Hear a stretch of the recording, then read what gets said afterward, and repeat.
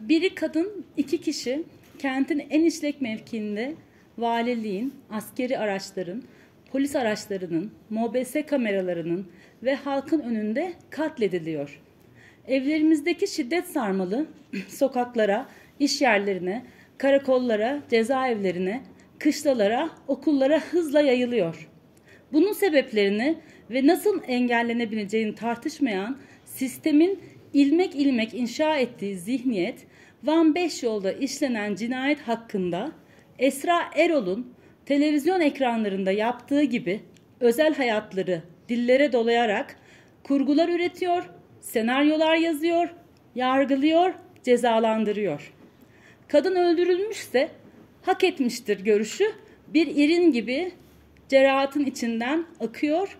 Bu cerahatı nasıl iyileştiririz sorusu yerine kim kimi aldatmış, kim kiminle nereye gitmiş soruları ile kadınlara ahlak dersleri dizen eril kafalar meydana akıveriyor. İçinden geçtiğimiz tüm kurumsallaşmış ve kutsallaştırılmış yapılar, aile, okul, cami, biz kadınlara erkek düzenin kurallarını zihnimize, yaşamımıza uyarlamamızı öğretiyor, içselleştiriyor. Bunun aksini düşünen, yapan, konuşan kadınlar kafalarını ezme, dilini koparma gibi söylemlerle sindiriliyor. Bu Van'da son karşılaştığımız katil, din kültürü ve ahlak bilgisi öğretmeni. Çocuklarımıza en temel insan hakkı olan yaşam hakkının kutsal olduğunu aşılamak için görevlendirilmiş bu öğretmen tasarlayarak iki insanın hayatını kıyıyor ve bedendeki uzuvlara zarar veriyor. Neresinden tutsak elimizde kalan hak ihlalleri zinciriyle donanmış durumdayız. Çocukların istismarına karşı bir sistem kurulacağı yerde çocuklar üzerinden siyaset yapılıyor. Kadınları ve kız çocuklarını şiddetten, istismardan koruyan yeni yasal düzenlemeler geliştirilmesi gerekirken bir gecede feshediliyor. Kadınları koruyacak uygulamalar kaldırılıyor. Kız çocuklarının istismar edildiği, erken yaşta zorla evlendirmelerin önüne geçilmesi gerekirken evlilik yaşı düşürülmeye çalışılıyor, yasa teklifleri sunuluyor. Van ilinde, Van depreminden beri çoğalan fuhuşa karşı mücadele edilmesi gerekirken yapılan baskınlarda kamunun güvenliğini sağlamakta sorumlu olan kişilerin bu çetelerle ortak çalıştığı ortaya çıkıyor.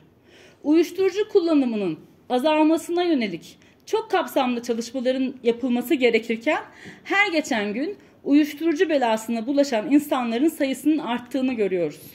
Daha çok yakın bir zamanda ilk kez kullanarak hayata gözlerini yuman gencecik bedenleri toprağa verdik. Kadınları fuhuş tuzağına düşüren çeteler birçok sosyal medya ağını kullanıyor. Bunları saptamak ve müdahale etmekle sorumlu kamu kurumları buna dair toplumu uyarıcı bile olsa hiçbir şey yapmıyor. Telefonlarımıza her gün telefon dolandırıcılığı ile ilgili mesajlar geliyor. Ama uyuşturucu ve fuhuş tuzaklarına dair tek bir kamu spotu, tek bir mesaj bile verilmiyor. Yoksulluk gün geçtikçe derinleşiyor, kadın yoksulluğu daha da derinleşiyor. Kadın istihdamı her geçen gün azalıyor, kadınlar sosyal güvencesiz, insan onuruna yakışmayan mesai saatleri ve ücretler ile çalıştırılıyorlar. Cezaevleri düşündükleri, siyaset yaptıkları, haber yazdıkları, konuştukları için suçlanan, hüküm giymeden yıllardır tutuklu kişilerle dolu. Ağır hasta, yaşlı insanlar, hasta ve yaşlı insanlar Adli Tıp Kurumu'nun cezaevinde kalamaz raporuna rağmen içeride tutuluyor. Yürüyemeyecek kadar hasta olan yaşlı tutukluların ellerine kelepçe takılıyor. Masumiyet karinesi ilkesine aykırı, vicdanları rahatsız eden bu haberleri basın bu kadar susturulmuşken bile görüyoruz. Tutsak bebek, tutsak çocuk gibi insanın adalet ve insani duygularını zedeleyen kavramlar dolaşıma girdi bu süreçte. En az 780 çocuğun anneleriyle beraber tutuklu olduğu bilgilerini alıyoruz.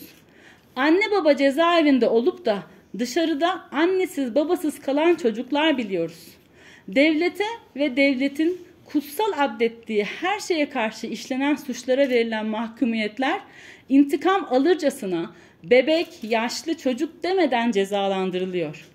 Ama kişilere karşı işlenmiş cinayet, istismar, şiddet gibi suçlar yargı tarafından iyi hal indirimleri alıyor, affediliyor, tahliye ediliyor, izinler veriliyor. Bu sistemin neresinden tutsak elimizde kalıyor. Büyük çerçeveden bakınca birbirine bağlantılı olan tüm bu sorunlar karşısında biz kadınlar her şeyin farkındayız diyoruz. Eğer bizi bu son cinayetle ilgili yani izleyen, dinleyen ve dayanışma içinde olmamızı isteyen herkesle de yan yana olduğumuzu da bildirmek isteriz.